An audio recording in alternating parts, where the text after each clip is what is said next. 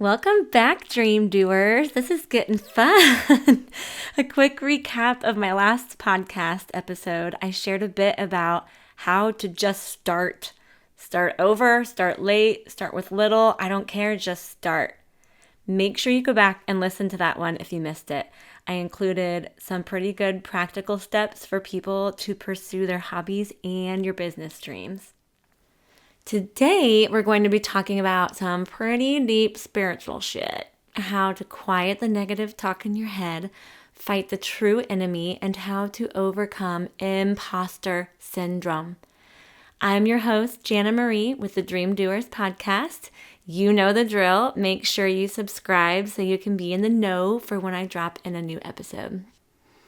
All right, let's talk about the battle inside your mind. The one that whispers, who do you think you are? The one that makes you question whether you're worthy of a dream God placed in your heart. The one that keeps you playing small, doubting, hesitating. That battle, that's imposter syndrome, and it's straight from the enemy. I feel like I need to start this with a reminder. The enemy doesn't attack people who aren't a threat. If you feel like you're in a fight right now, if it feels like you're constantly being tested, if fear, doubt, and resistance show up every time you try to step in front of your purpose, it's because you are dangerous to darkness. The enemy isn't just interested in distracting you, he wants to disarm you.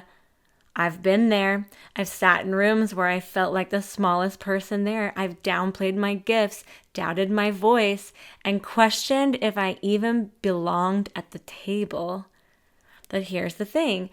God didn't put me in those rooms on accident. He didn't give me these dreams, these talents, and this voice for me to shrink back in fear. And he didn't give you yours for you to hide either. You know what's funny about imposter syndrome? It never shows up when you're playing small. You don't feel like a fraud when you're staying quiet, avoiding risk, or ignoring that thing tugging at your heart. Nope. Imposter syndrome shows up when you start stepping into your calling, when you start speaking, building, leading, creating. That's when the lies get loud. It's because your impact threatens the enemy's plan. He wants you to doubt yourself because if he can convince you you're not enough, you'll never step into the power that God already placed inside you. So how do we fight back? We remind ourselves who we are. We stop entertaining thoughts that God never intended for us to carry. We stop agreeing with lies that tell us we're not capable, not worthy, not enough. Because the truth, you were handpicked for this. Your dream, your vision, your calling, it wasn't a mistake. You were an answer to a problem in this world before you ever took your first breath. Let that sink in. And yeah, stepping into your purpose is scary. I get it. But let me ask you this. Is it scarier than living your whole life wondering what could have been if you had just trusted God more than your fears? Imposter syndrome doesn't go away when you become successful. It doesn't disappear when you hit a certain number in your bank account, get a title, or gain their recognition. No, it just finds new ways to try and keep you stuck. The key is learning to recognize it for what it is. A lie. An assignment from the enemy to keep you from doing what God put you here to do. So today, I want to invite you into something. A moment of clarity. A moment of surrender. A moment where you stop wrestling with your worth and start standing in it. Close your eyes. Take a deep breath. Feel the weight of all the doubts, all the fears, all the not enoughs, and now hand them over. Lay them at his feet because none of that shit belongs to you anymore. What if you woke up tomorrow and decided to fully believe that God already equipped you with everything you need? What if, instead of questioning whether you belong, you walked into every room knowing that you were sent? That you were sent! Oh my gosh, that's powerful. Okay, I remember my mom telling me when I was a child, you should be a writer. It was nowhere on my radar, but I've always been interested in poetry and used to write poems to friends in school, in like the paper airplane form sort of way, or you slide your hand low between the desks as if your teacher can't see what you're doing as you pass it off to your friend. And I hope that's still happening in schools. I was obsessed with quotes and short stories that moved you from early on, and I still am. I'm in love with storytellers and storytelling, a moving movie, or a good book. My mom had a notebook from her junior high and high school days, you guys, that was just filled with corny and some really serious quotes and poems she heard and loved and recorded. I've held on to that, and I referenced it often through my teen and my young adult years. Isn't that cute? I had so many interests, though, at the time, so many goals. I was off doing music, sports, making art, being intentional about growing in relationships with God and people, and I was just everywhere, but in my writing. But I admired it. I admired moving words, and I heard it again in college. Hey, have you ever considered being a writer? Another question about writing. Why have some people said this? No, it wasn't an interest of mine, nor was it a gift I had. I continued on through life. Then I started hearing, you should really write a book. What is it with hearing this again? I really think God has a way of speaking to us in subtle things like that. So if you start to pay attention to it, maybe you'll start to see the patterns and hear something you need to hear. Maybe it's something that leads to doing. Podcasting is a lot like writing. In this weird plot twist of mine, as I've pursued this endeavor, it brought me back to writing. Unaware, I have been having to be intentional about making time and space to sit down and dig deeper into my thoughts, my heart, and my processes and my business, and really put them pen to paper. That takes time and intentionality for sure. So I got my Google Docs of outlines in each episode, documents of episode ideas, things I want to say. I've also begun planning out social media posts for my businesses, which takes putting those things in writing too. And once that's in writing, it gives me direction to navigate those parts of me, whether personal or business. It was in this podcast journey I realized I think my deep down hidden love of writing has begun. Now, I'm no professional writer by any means. I have no training, no writing mentors. Heck, growing up, I hated reading books. Hated it. And why?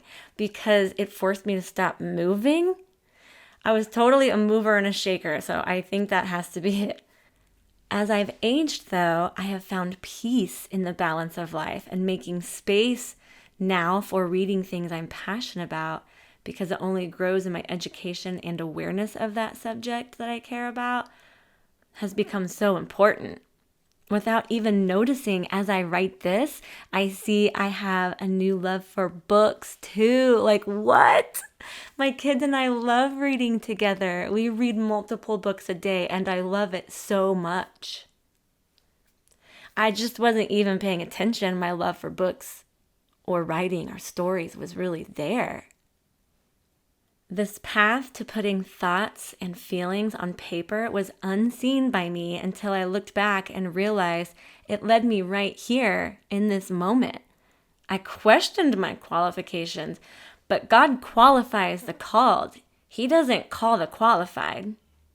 I've always been a storyteller. Oh, my friends and family know that sometimes those are the long-winded stories, the roundabout stories, down all the rabbit hole types of stories. I love to share. I love to connect with people through words, whether that be in person or in writing or in music or in art. So when people reciprocate that to me, I love it so much. But I am ill-equipped in the professional writing skills category. I am just a human with a big heart on her sleeve.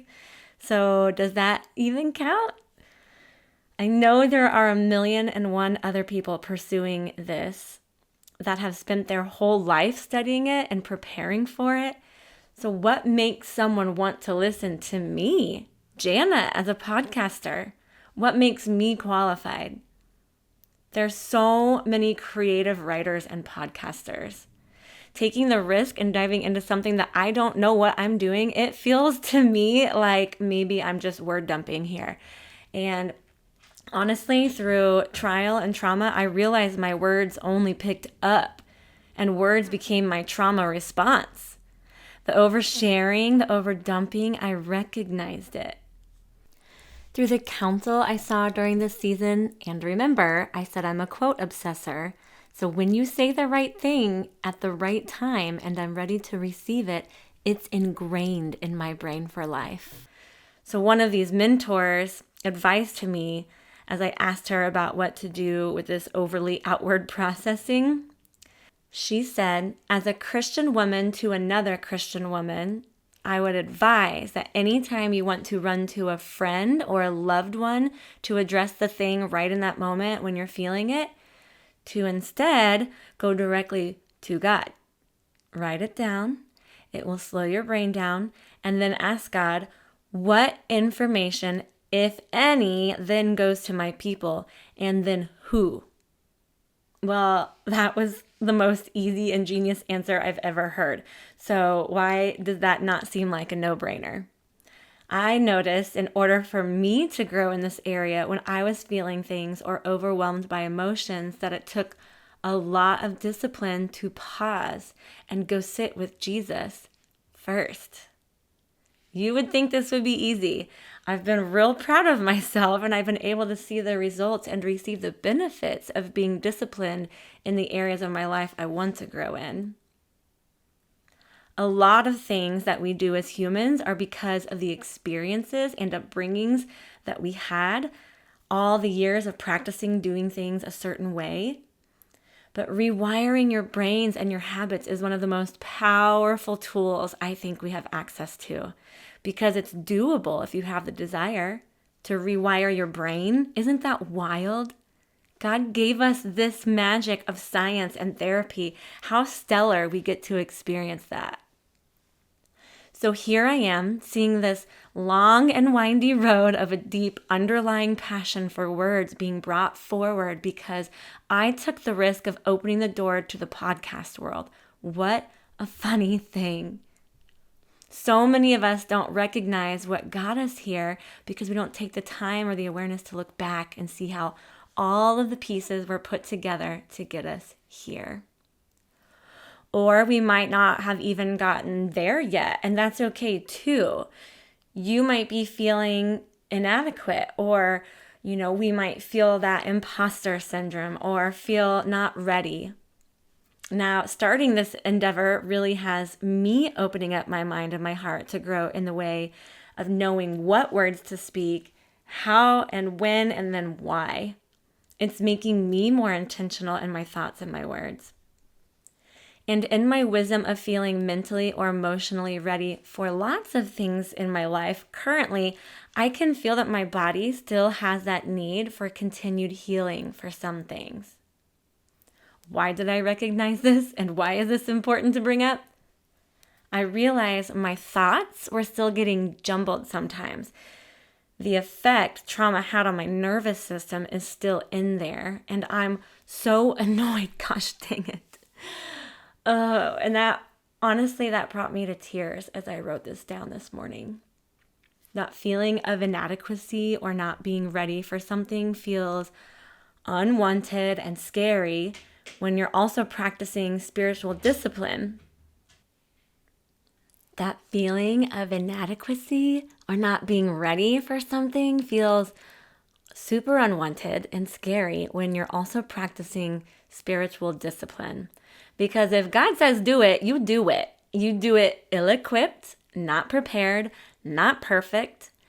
You start over, start imperfect, start with nothing, remember? Why you? I don't know. God uses the people who are the messiest sometimes to bring the biggest message. God needs you to do the things he's calling you to do. Just show up, bring your fears and worries, you'll be fine, he says.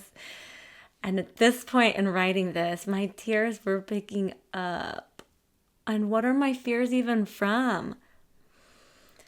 So I was just with a friend yesterday, someone I feel safe with and comfortable having an open dialogue with, someone who hears my heart through my junk words and reciprocate the in-depth dialogue.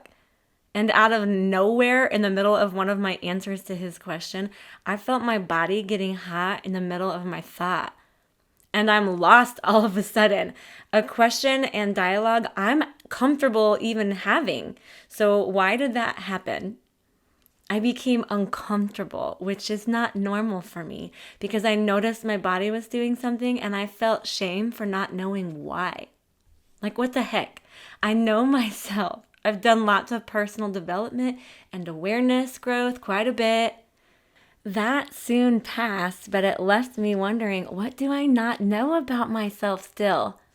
Personal development and self-growth is a lifelong journey, I understand, but you start to experience something that's good, and then you're caught off guard by your mind or your body. That's what I don't like. The sideswiping it just did to my head and my heart.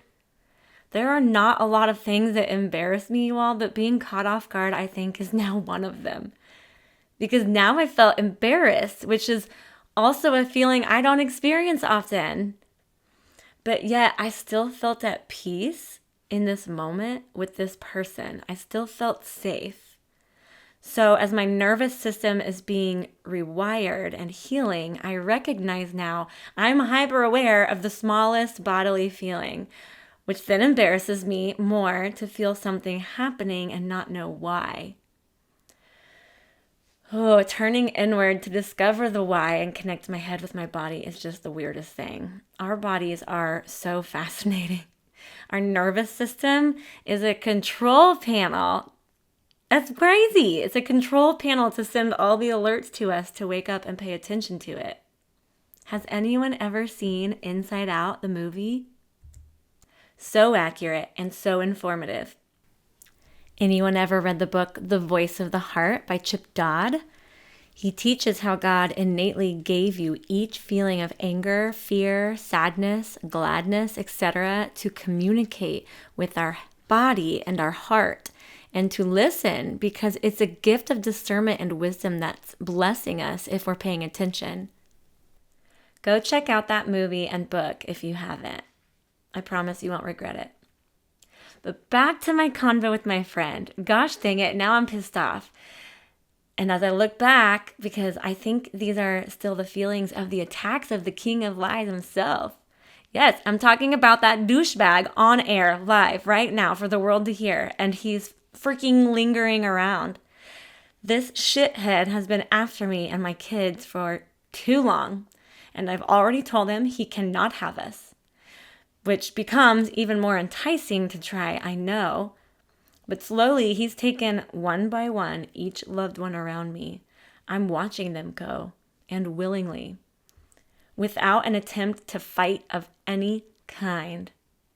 And the pain continues as I watch them do the destructive work he is so mastery at daily. Thank God I could untether. But I'm a little pissed off, to be honest. Release the Kraken! Oh my gosh, this is so funny. I wish I could do it the same way. But if any of you have ever watched 300, I reference this scene often as I've felt it's how God's called me out of the world of, quote, niceness, aka, quote, people-pleasing and dying to oneself and getting trampled, and really into my badass inner warrior era. In all humor, I rose to the occasion and began fighting back with God by my side. Alone with God, but I'm showing up for the battle. But it doesn't come without a cost. It doesn't come without risk. What do I have to lose anymore? Anyway, let's go. I'm ready to take this bastard down. He cannot have me or my children, and it stops here. I'll volunteer to step up to be the family member that breaks the curses and generational trauma. I'll feel it all for everyone and rebuild. Send me. And God sure sent me. Oh, as you can hear, I am passionate about bringing this bastard to the ground. I never cussed a day in my life until this battlefield. And you know what? Sometimes I think God needs us to cuss at the devil a few times. I think that's okay. As Christians, I think that's okay. And I think it's needed, really. He needs to know that we don't play. And listen, not only was he attempting to take my family down, but my friends down, my business down, and anything the light touched.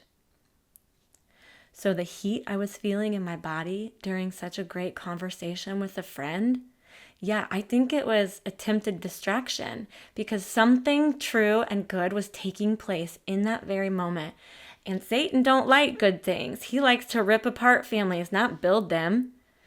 God, on the other hand, is for redemption and restoration and healing and growth and love and partnership. Can't you see the kindness heaven has for you?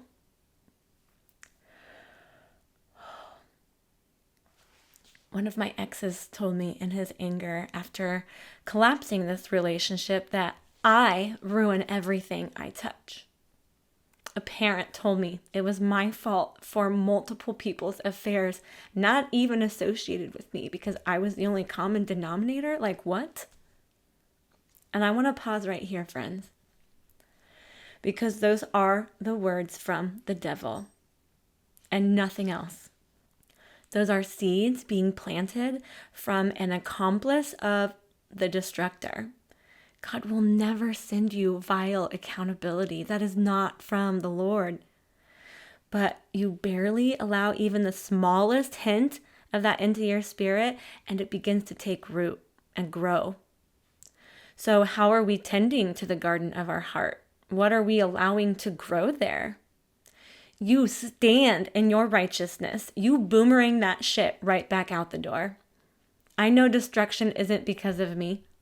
I know the fall of my loved ones around me came at a choice of theirs, and I am not responsible for their bad behavior. Am I perfect? No. But will I take responsibility for the destruction of others' wrongdoings? Absolutely not. I want you to pause this podcast in a moment. If you can, sit up straight where you are, uncross your legs, unclench your fist, close your eyes, take a big, deep breath in and release it. Take the biggest deep breath in and release it. Now repeat after me with your eyes closed. I am beautiful. I am peaceful. I am love. I am kind. I am goodness. I am gentle. And I have self-control. I am whole in Christ alone, and I am worthy of all that. Take another deep breath in. Release all that other shit out of your body and come back to my podcast when you're ready, because I'm always here. But you sit in your space as long as you need to and release it and feel it. Truly feel the truth in those words. I don't care who you are and what you've done. You are deserving of these words spoken over you. If I can be honest with you in real time, like this is happening for me right now.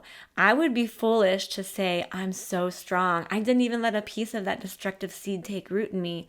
That is far from true. I let hurt me hard this past decade. And to be in such a beautiful moment, being open with a new friend about beautiful things, and to feel that rush out of nowhere, That's a reminder that spiritual warfare is real.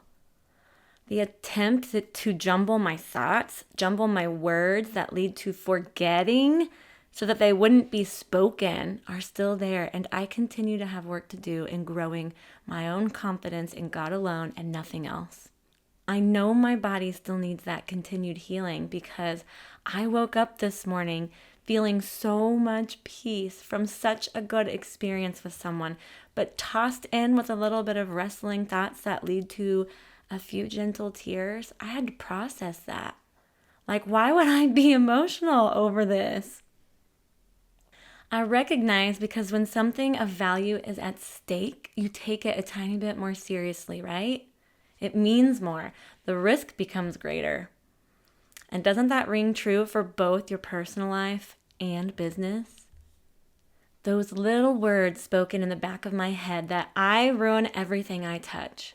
Words spoken over me by a family member that I'm too much. And other words still lingering like I failed my relationships or have failed as a mother. I had to shut those up right away. That came with a moment of tears behind my armor. But listen, I'll show up every damn day like this if I have to. I'll go alone with God and give him my worries and draw strength from him. Because me sitting in those thoughts, it only gives power to the one attempting to get in my head and self-destruct from stupid seeds planted by other people. I know my worth. I know I'm a wonderful mom. I know I'm an epic partner. I know I'm a successful entrepreneur. I know I am peaceful. I know I am kind and empathetic. I know I'm caring and thoughtful. But I know too that I need Jesus, and it's through God's strength alone I can stand in my righteousness. I am worthy of good relationships, romantic or business partnership. I am worthy of the love God desires for me and my boys. We are worthy. Isn't it strange how people who have such low standards move from thing to thing or people to people so quickly? Set your standards high and keep them there. But also buckle up because you're about to go places, my friend. Okay, breaking down even more honesty here. I found myself uncomfortable in that feeling of peacefulness after my friend's convo because it's unfamiliar to me. A good, healthy, mature relationship of any kind for me is so unfamiliar that I almost dismissed myself of the worthiness to only run back to the familiar chaos of my past. Chaos I once never knew in my youth, but grew all too familiar with this past decade. Chaos that reminded me I'm only worthy of being mistreated as if it was my fault I was mistreated those ways to begin with. Am I perfect again? No. Will I ever be? No. But I know God provides the right people in your life at the right time who choose to stand beside you, behind you, and with you in the name of Jesus and against the enemy himself. And love will always prevail. Find your support system if you don't have one. Pray for your support system. And better yet, start seeking them out. Because that's a vital part of you dreaming and actually doing. It's a vital part of getting past the imposter syndrome, having people speak life into you.